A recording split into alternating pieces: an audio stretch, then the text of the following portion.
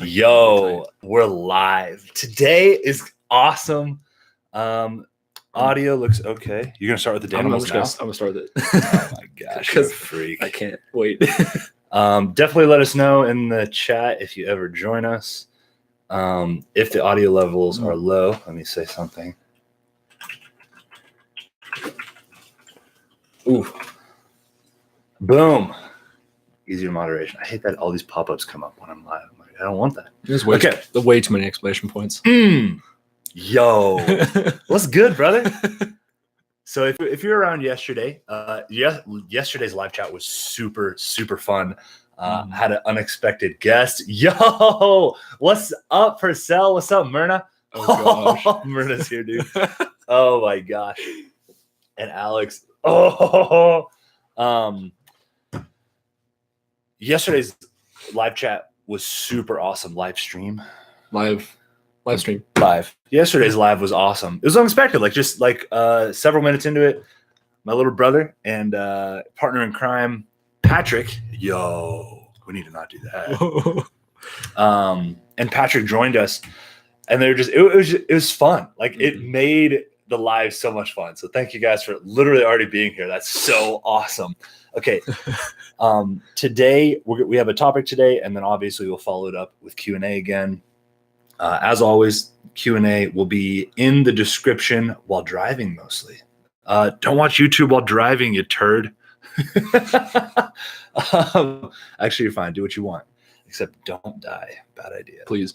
No, so if you're watching this later, not during the live stream, there's going to be timestamps down below in the description. And you can hop around the Q&A that I'll address later. But for the topic, I have my little brother, Matthew. Do you tell people Matt or Matthew when you're like Matt? Yeah.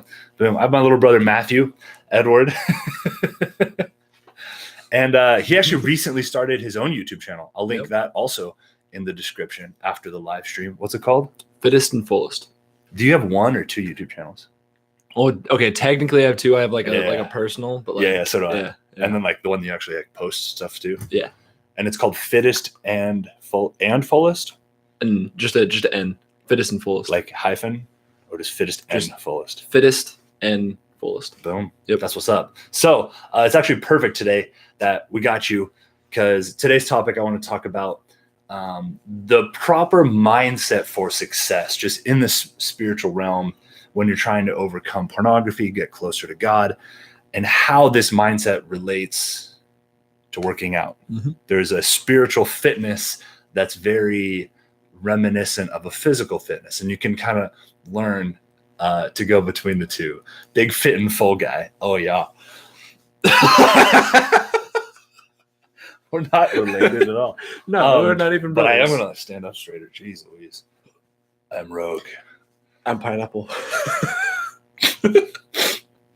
Okay, so the proper mindset. Also, we have Danimals that we'll be chugging later. Look how big this is in my hand. This is a whole Danimals thing. And it's just it's I gone. Don't even have It's gone. So the proper mindset, I really, it's stuff that you know about, but until you actually start to make these connections, you're like, duh, of course, but you never could articulate it. So it was literally while working out one day, and I was dreading it. And I was like, I don't want to do it. I've been trying to get back into working out forever. I was really into it in college. And I just asked, why am I working out? What's the purpose? Why am I working out right now? And I was caught up in, I like being a physical presence, especially when I speak. I like looking like just an attractive, large dude who's just talking about God, being in love with Jesus. And, oh, dude, it's so funny when you look in the camera, and then I'm looking at the screen. I'm weird. Looking into your eyes. It's weird. I don't like it. Yeah.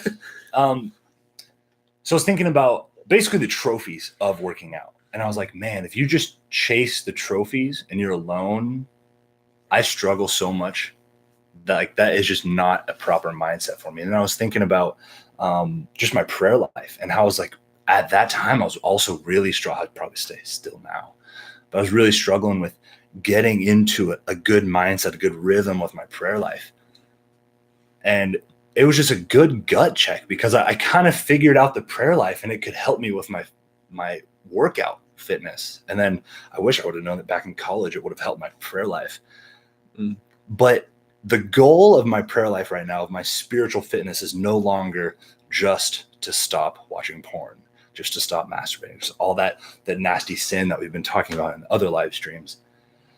The goal is to develop an intimate relationship with Christ. And like when you do that, the game of a spiritual fitness is that intimacy, is that prayer.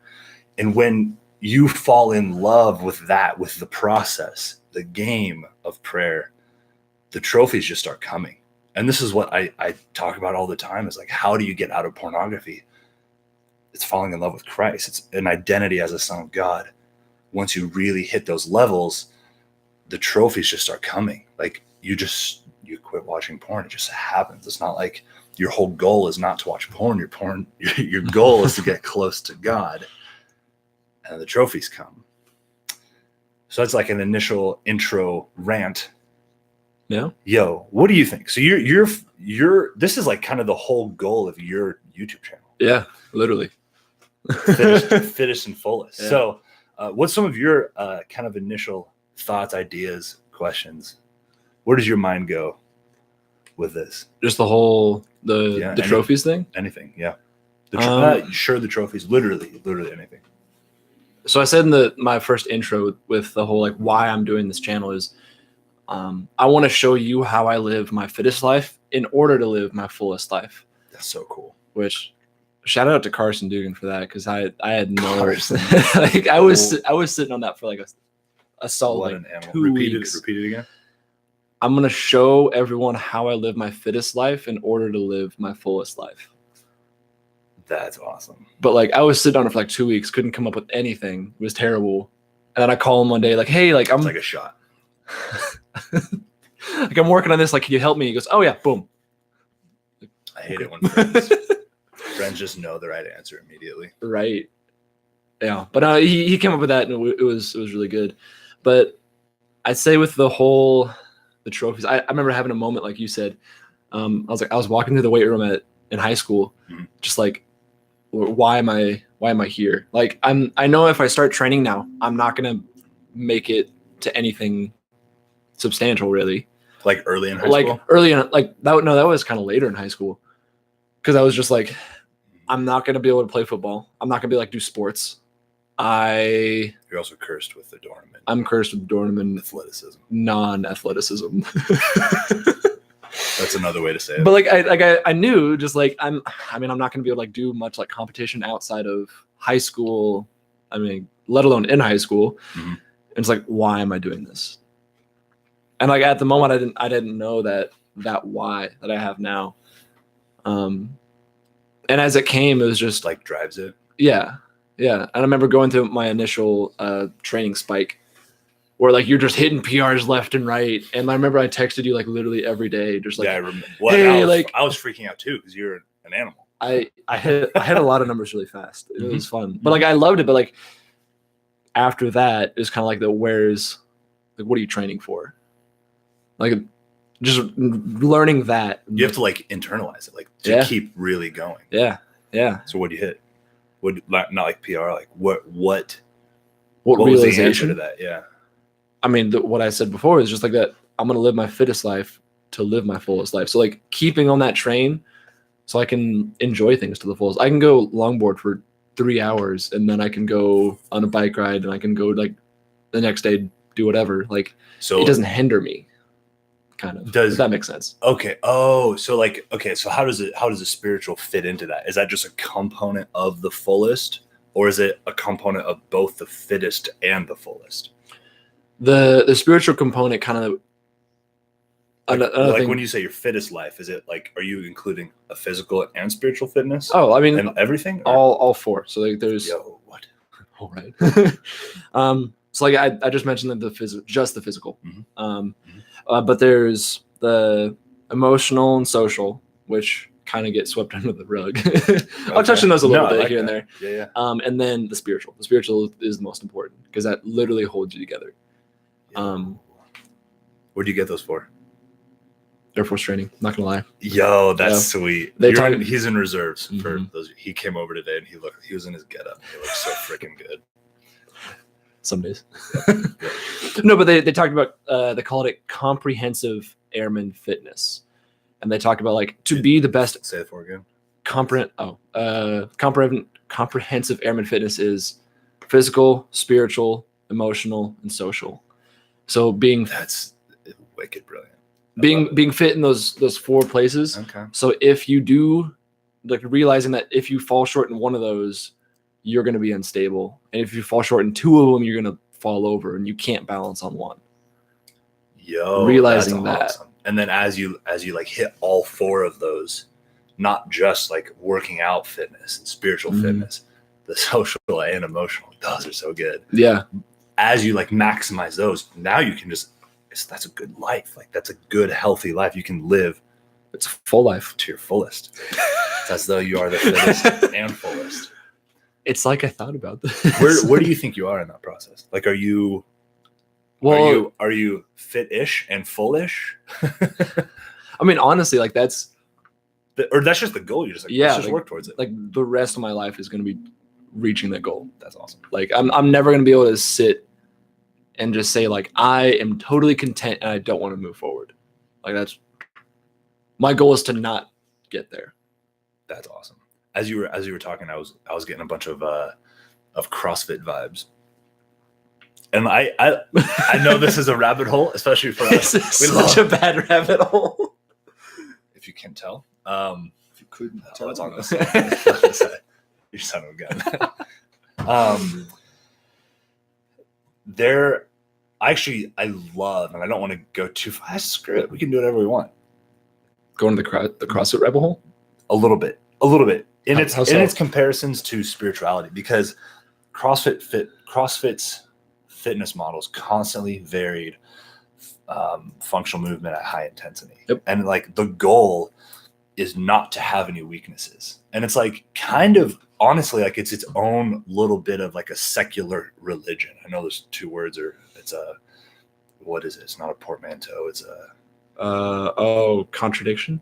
Yeah, but there's a funny word for it. Oh, not paradox, not Austin, help. Onomatopoeia? No. Synonym. No, I don't know if Austin's still here. Oh well. No. Oh no. It's when it's like they're different and you're using them and it's a joke. Like it's an English joke. Whatever. Like the fast slow man or something like that. Yeah. Oh, what is? I know it exactly. We're gonna think of it in like 5 minutes. Yeah. Like, I'll just yell it. No. But basically, you're trying to destroy any holes in your fitness, and it like just its community aspect and its goal and its like common goal of CrossFit of all these people. It's like it's taken on like legit kind of like cultish religious vibes. And I know cult's a bad word, but it's just like people are in love with it. Yeah. And when I look at my faith, my Catholic faith, it makes me sad because like when I go to church, the people there aren't that in love as when I go to CrossFit gym and the people there, they're working towards a goal. They know what their goal is. They know how to live it out, the rules, the workout of the day, whatever they're doing. And then at church, it's like people don't have their why. And not only that, they're not expanding their arsenal of tools to like destroy any weak spots in their prayer life.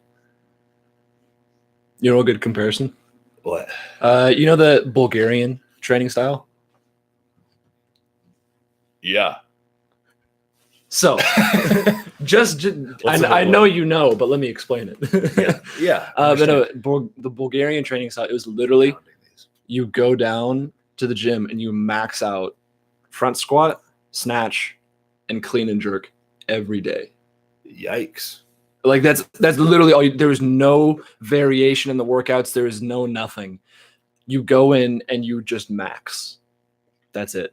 Is that like to prep people more for Oli competitions? Yeah. So like the Bulgarian Olympic team was the smallest team, and they had the most championships at one of the Olympics. Like they killed it because of that system. But I compare that to Catholic Mass and how like a lot of Catholics like that. they get thrown into like this like Bulgarian system where it's like they only max out. They only have the Eucharist and they become like almost numb to it. Yeah, to say it's a small thing. It is literally heaven on earth, but like they only get that. But they don't vary their faith life at all.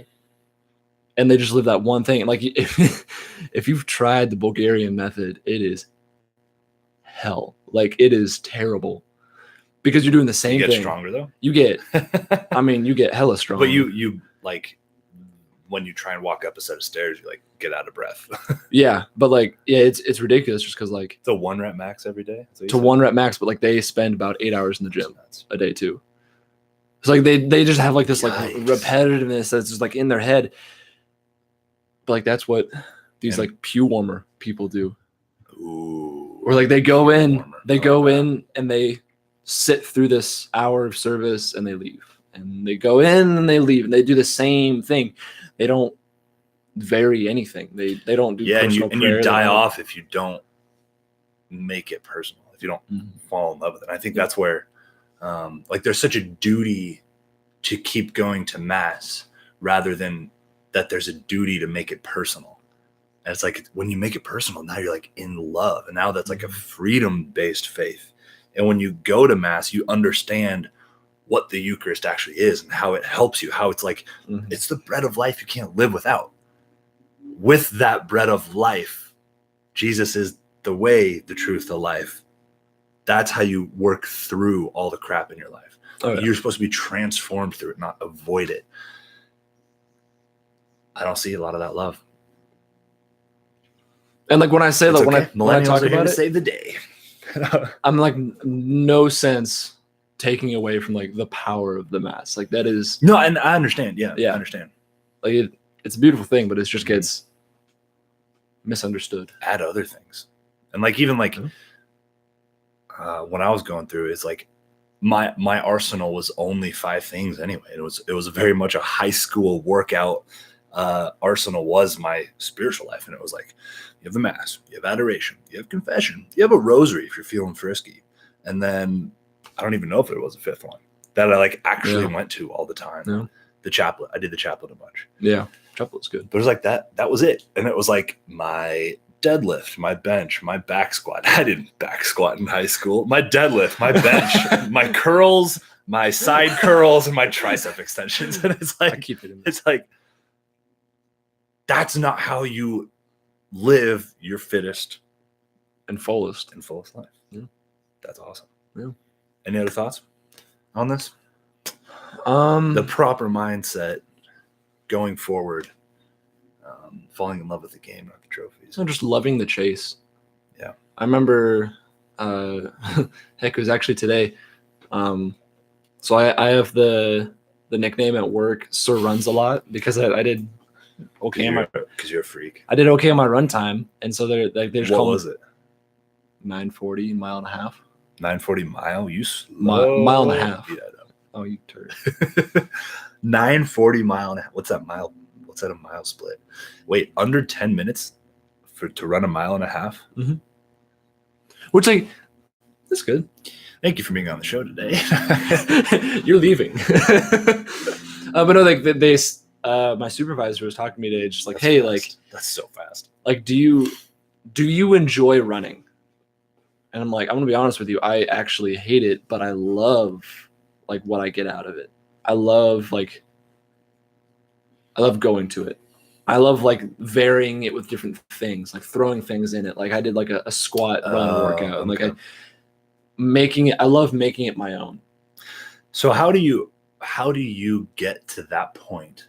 Like from the starting blocks, like if you're just like, I want to get to this fitness level, and this will be the same question for all 4 levels: physical, social, emotional, spiritual. But like, how do you go from day 1, you're like, I want to be fit, and get to that where you're actually doing stuff that you don't really like, but you're so in love with the game, you just want to do anything. How do you get to that point? Like, how do you actually fall in love? I'd say when you start, you can start with the very bare bone basic, because that at the moment is your variation. That's like your like crazy high. Like that's your out of the box. And once that becomes repetitive, and once that like you're kind of numb to it, adding something else and just constantly varying it and not getting used to anything. Yeah, I think one thing that CrossFit actually really gives that's incredible towards helping people get there, or a couple things, is literally like they give you the workout when you go there, and it's always varied. So you don't have to think about it. You just have to show up, and you just have to say, yeah, I want this a little bit. Literally. And then pay whatever money. But a lot of money.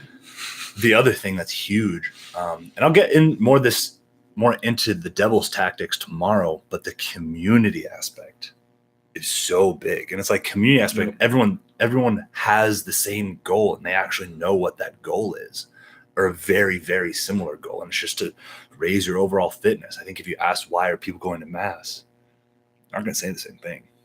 Yeah. And it's like the devil's tactic is to, I love the distract, dissect, disengage. He wants to isolate you, get you in your own head, and fill you with lies so that you just disengage from the faith. Like I know a lot of people that are just not loving the faith at all, like considering walking away because it's not personal. But if you look at their life, it's like they're alone. They want this spiritual life, but there's no community. Yep. The program out there they don't understand it. Heard. I had a thought there. Oh, nuts. Oh, no. It's like the whole, like the devil's like trying to isolate you. Yeah. I remember I had like this thought. I know it because that's how you personalize it. Like that's how you overcome the isolation to where now you can go and run alone, is because you actually understand it. You're in love with it. Yeah. And it's not like he didn't distract you from the get. Yeah. So your thought. I remember it was somewhat recently. It was when I was like really starting the whole like channel, when I was like starting to like script a few things. Before I posted anything, I remember I was just like feeling just like super down. Like it was like a weird time. I'll explain that later more down the line, but like it's fairly dark time. Yeah. And I remember. What do you mean dark time? Just like confused? I'll talk about that later. Sure. Yes. I'm just trying to pry yes. that. Sure. But, and I know you're not supposed to talk to anyone spiritually down, if you're picking what I'm saying. Okay. You're not supposed to talk to Satan. Don't do that. Yep. But I was like, you're keep scared. Going. No, keep going. I was like, you're scared. You're so scared. Of what you can be? Of what I'm about to do and start. And how it's going to affect my life and how it might affect someone else's life. One other person. Yeah. You're scared. Oh, you're scared. What's crazy is it's the same thing with Harry Potter and Voldemort. You get so worried about talking about Satan. It's like, no, actually, our job as Christians is to put Satan back into hell and all his demons. And it's like you do that by living your fullest. Part of that is having a good spiritual life. Like you cannot do that on your own. Yep. And it's like that's an amazing thought. However, like not to let that go into the delusional aspect of like, you say that every day.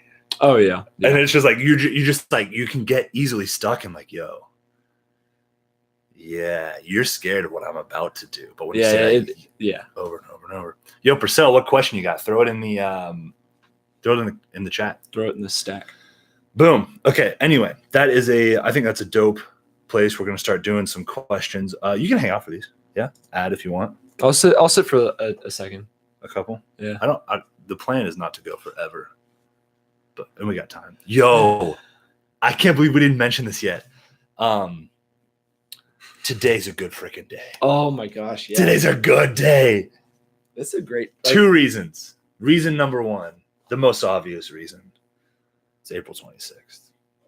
And we're seeing Endgame tonight. I'm so excited to see it. I'm on the hype train. I bought in 100%. I haven't watched any of the trailers. That's, So I have no clue what's about to happen. Like, I haven't seen any of it. well, they did something brilliant this time around. I think all the trailers only have footage from the first like 30 minutes of the movie anyway. Like That's did it. really smart. Oh, with a movie like this, it's like so long. Like people have no idea what's happening. Oh yeah, in the movie. Yeah. Yeah. Also, what's happening?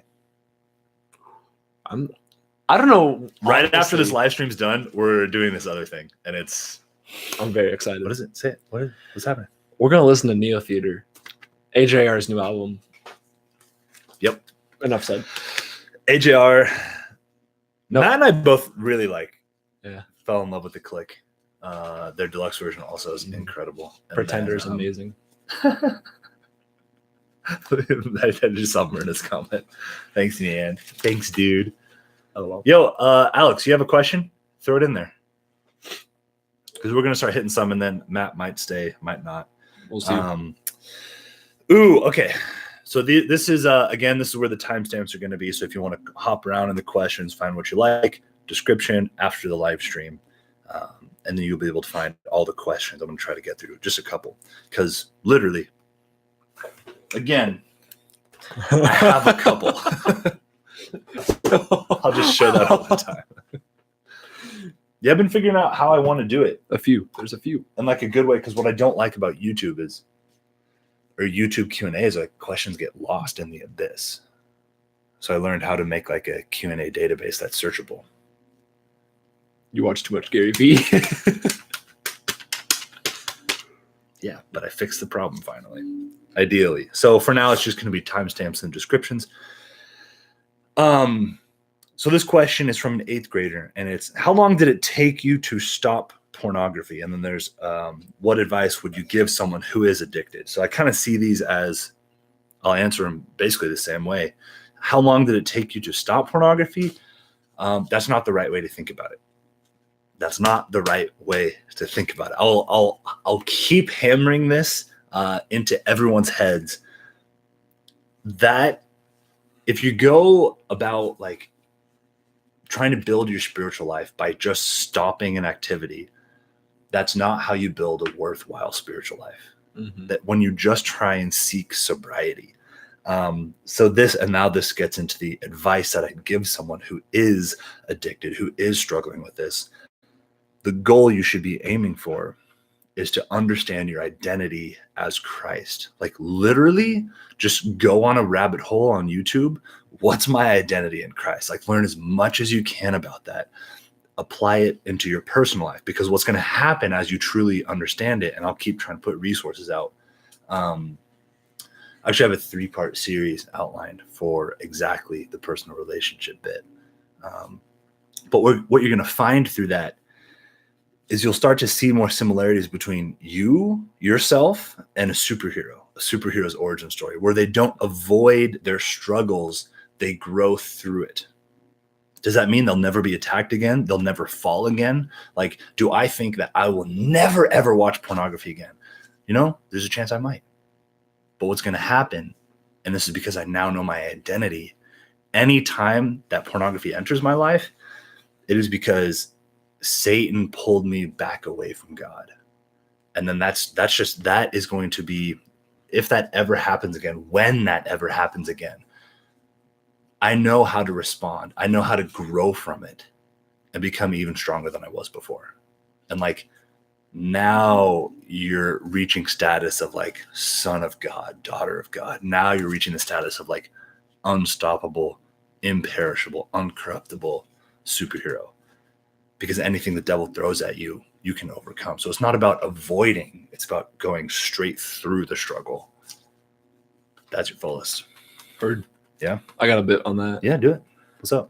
Like, if someone they come up to me like, Matt, I want to like stop drinking soda. Like I want to stop like being like lazy and like fat, whatever. It's like people are direct like that. I'm just like, run, row, go work out. Like you have to add in those things. Mhm. And they're like, but can you like do like a diet plan where I can like eat whatever I want? I'm like, no, it's no. You got to be in love with the game. Yeah, you have to be willing to throw in something else to help you. Yeah. Well, it's not even just being willing to throw in something else. It's like, that's where the answer is. Like Patrick was in the chat yesterday, Patrick Carney. He made a program called the Strong 30. It's on our website, link in description. Also findingtheflame.com. It's called Strong 30, and it's a 30-day additive disciplinary program. Whereas most disciplinary programs are like, hey, you can't watch YouTube or listen to any good music. All you have is take cold showers and cut your fingers off. That's just what I think. When Exodus 90. And so this program is like, no. We're going to enforce a lot of discipline, but we're going to add things to your life, to your spiritual life. Yeah. I love it. I love where that is. Anything else on that one? Dude, good question. Yeah, it's good. Yo, this one's from a 7th grader and just says, how did it start? So, let's see, how am I going to think about this? I think there's another question down the pipeline of like, how did it start in your life? So what I'll go here is kind of how pornography started and how like this sexual sin became so prevalent. A lot of people think that like pornography is a wicked brand new sin, and it's really not. There's always been some sort of like sexual affair or inappropriate use of our sexuality has literally always been around. What's new right now is there's this incredible author. I forgot the author's name, but he wrote this book about the 4 A's of pornography, on why it's such a problem right now. And it's because it's so widely available right now.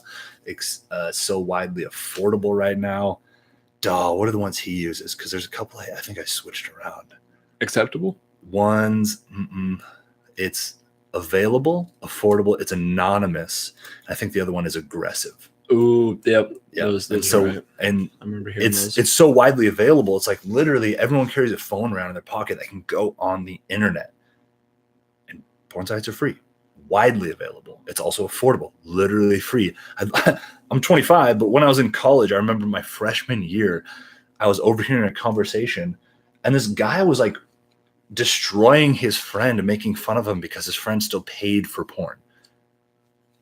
That happened years ago. And it's like, it's available, it's affordable, it's anonymous. Everyone has their own devices with their own history they can delete, or they can use a VPN. There's private browsers everywhere, and it's aggressive. What that means is like porn companies want you to watch them. They want you to watch them earlier and earlier and earlier. And what's the reasoning behind that is when you have free videos, you make money on advertising. So how do you make more money? Well, you get more viewers who stay there for longer. So if you can get a kid earlier in his life to get onto your site, you're starting to make money. And there's a better chance in the future that when they go through all of your style of content, they'll be more willing to pay for premium stuff. Now this is making money. And it's really sad how this is actually living out. And it's dangerous if you just ignore this stuff. That's why I'm going over it. But that's why there's like Minecraft pornography, is to attract little kids, like pull them in. Like it's aggressive. It's awful. It's sad. So how did it start? Brilliant, wicked, smart businessmen who wanted money and used the internet. Like I think like over half of the top 10 most trafficked sites on the internet right now are owned by the same company, and they're all porn sites. Interesting. Oh, but people don't like to talk about it. Yeah. So I can go into a kind of a better history. There's a good book actually if you really want to get more. Trigger warning, but it's a smart book. It's really good. It's called Pornland. Ooh, by Gail Dines. And the Catholic Church like doesn't love all of her writings except this one. They like this one. And it basically just talks about, it's a very just raw understanding of how these porn industries really started. And it's like, once you start to appreciate their agenda, well, now you can start to understand their tactic and counter it a little bit just in your own life. Boom. Anything on that? It was some presentation by, I think it was Google. And the guy that started it was just like, 9 out of 10 of you searched porn in our browser, in our search engine.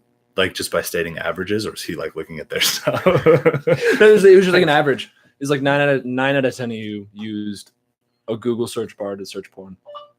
And everyone in the crowd was like, "Oh, I'm the one in 10." My phone just said hi because I heard you say Google. Oh, funny. Let's like I stop. hate your phone. Never mind. Yeah, don't start searching porn just because we're saying that. Yikes. Oh shit. And it's just the stats on it are. Okay, Google. Hey, stop. They're egregious. Okay, I'm moving on because you said that. Okay.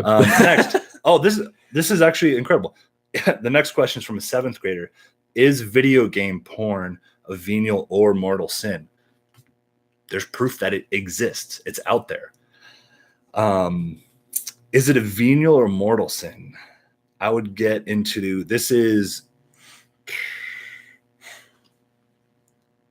Let's see. I would say this is more along the lines of mortal sin. However, why would I ask this question? I think a reason I might ask a question like this, like if I was that age, is maybe a couple of reasons. Like, I don't want to feel so bad that I'm doing something. Also, a small like room for an excuse that I can keep doing something. So like if it's a venial sin, that I don't need to worry about it as much, But so that's kind of why I'm going more along the lines of a mortal sin. But this is, and I answered this kind of in yesterday's Q&A, just like the spectrum of what pornography is, and it's very much so your intent. So like I think the question was, is watching kissing bad? And it's like, no, not if it's in a movie and it's like adding to the plot, and it's like it's just there. But if you're explicitly searching kissing and watching it for your pleasure, now you're crossing the lines, and this is more into the lines of mortal sin. So if you're getting to it for your pleasure, video game porn, anything, now you're in the mortal sin territory. So that's what that is. Isn't that crazy? Yeah. Video game porn. Minecraft porn is a legitimate thing. I did not know that. Yep. Yo, what's your favorite saint? This is a question from an 8th grader. What's your favorite saint? Ooh. I know mine off the top of my head. Do you know yours? And I'm cheating, but it's my favorite. I have like half of a tattoo. Hold on, like designed. 5 seconds. I'll hold on 5 seconds. I'll talk. My favorite saint by far. Oh, hey. Oh, you must be talking to him. He left. Sorry. What's up, Patches? Patches in the chat. I'd like to announce that to everyone. My personal favorite saint right now, and always, is Saint Michael the Archangel. Because, hey, shut the door. Thank you. Saint Michael the Archangel. Because he's the patron saint of all badasses. It's true. There's actual, and I'll link this in the description too below. There's an article that just like, if you really don't understand Saint Michael the Archangel, you'll appreciate him more. However, it cusses a lot. So it's the greatest. One of the greatest. It's a Badass of the Week article on Saint Michael the Archangel, and it's so good. Okay, favorite saint. He's not, disclaimer, he's not like my favorite, but he was like What's diamond. Your favorite saint? Okay, go ahead. Where are we gonna go? But it was a diamond in the rough I found completely on accident. He's one of the Vietnamese martyrs. All right, so like very, very recent. Died within, I think, 100 years. No, 200 years. That's relatively 200 new. years ago. 1835. 1835. So basically they're trying to overthrow. Don't read the comments. It's just distracting. I know. I'm sorry. Patches, you're the worst. But they're trying to overthrow the ruler at the time to make to replace him with a Catholic ruler, and the ruler at the time was like, "Hey, that's not cool," and so they captured him, killed him, and it was called the torture of 1,000 cuts. They literally, they took red hot tongs and they literally pulled off all of his flesh. What was his name? It is Saint Joseph Marquand. This is one of your favorites right now. One of my favorites. And he did not renounce his faith one time through all of that. Like, so they like after each one they ask him. Jeez. Yeah, and he's just like, Talk there's about nothing. having a personal Puny. faith life. Right. Living your fullest. Rogue for life. Patrick just asked like 18 questions. Of the legitimate questions. Can angels be saints? Actually be saints? No, I don't think so. Not the same Yeah, I think thing. they're different It's not the categories. same thing at all. But also, Patches, I love you. No. while we're on that, you're a saint right now. There's like the common Catholic thought that like you can only become a saint when you die, but it's like, no, it's pretty explicit. Like in the gospel, like God wants you to have eternal life now. Like, Heard. You can start to live out your sainthood now. You know how I finish every video? I want to know. I know where it's going, but say it. Let's be saints. Saint Michael? Yeah, the Archangel. That's my favorite, homie. It's pretty awesome. I'm kind of Pretty trying light. to. So we're going over. So I'm going to save this question for later, and it's why do we get addicted? So literally, I'm going to save this for one of the first 3 questions for tomorrow, because I want to kind of actually get into that more and more. Okay, last question for the day. How can we get away from sin and grow from bad things we've done in the past? Yo, that's a Let me see that again. That's a 7th grader. A 7th grader asked that. So I give talks to junior high all the way through young adults, through high school, college, and after. And I don't have my phone on me, Purcell. How can we get away from sin and grow from bad things we did in the past? So this is we kind of touched on it earlier. Oh my gosh, it's an earthquake. How many times have we hit this table? No, over and over. You don't grow by avoiding. And this is the same thing. This is what I talk about in your own superhero origin story. As you're becoming a saint, you don't form that identity by avoiding your struggle. It's like literally any origin story ever. I love Batman Begins, so I'll quote a little bit from that. But like, he avoids it for a while. But once he sees it's like that's where his pain's coming from, he chases it. He seeks. When Ra's al Ghul comes into Bruce Wayne's life, he's like, "What do you fear most?" And as they learn and train together, it's what's inside him he fears. He takes the blame for his father's death, for his own, because he was accidentally exposed to these bats in the underworld, under the garden. Cool analogy, whatever. But he takes that blame, and he's afraid that it was his fault that all this stuff happened, and that would always haunt him. So he's like angry and wants to lash out against it. And what Ra's al Ghul does is it goes, first off, it wasn't your fault. It was a little bit of the world. That's the bats just coming in, but also your father's fault. And when you can start to like, there's a little bit of letting go of the blame that you've done something bad. We live in a world. The whole reason God created suffering on this earth is that we can grow through it, over it, so that we can change it. Like that's the whole process of transcending the crap of this world. That's the identity of becoming a saint. So how do you get away from sin? You do the exact opposite of that question, and you stand up straight with your shoulders back, and you run straight into it.